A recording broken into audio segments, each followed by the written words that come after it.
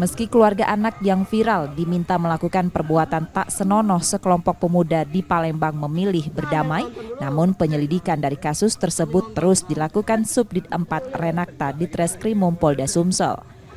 Polisi melibatkan ahli dari Kementerian Pemberdayaan Perempuan dan Perlindungan Anak untuk memperkuat dugaan pasal 5 Undang-Undang Tindak Pidana Kekerasan Seksual tentang pelecehan seksual non-fisik.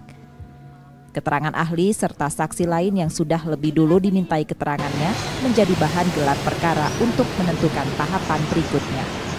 Jika unsur dugaan itu dianggap kuat, maka akan dilanjutkan ke tahap penyidikan dengan disertai laporan polisi.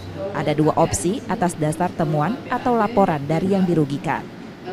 Biasanya Kementerian PPA menunjuk beliau lah untuk bisa dimintakan pendapat ahli pidana ya.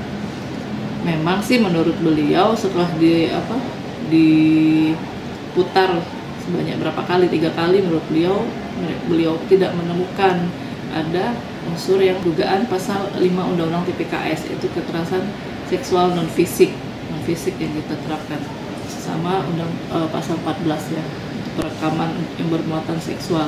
Nah, karena saya belum perlu meminta keterangan ahli itu secara ini ya, pemeriksaan, karena kan kemarin baru via telepon, via WhatsApp, mungkin perlu kita klarifikasi dengan beberapa pertanyaan.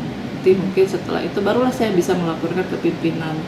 Penyelidikan yang berjalan saat ini, polisi juga memeriksa psikologis anak korban bersama KPAD. Reski Oktora, Muklas Diferensial, Kompas TV, Palembang, Sumatera Selatan.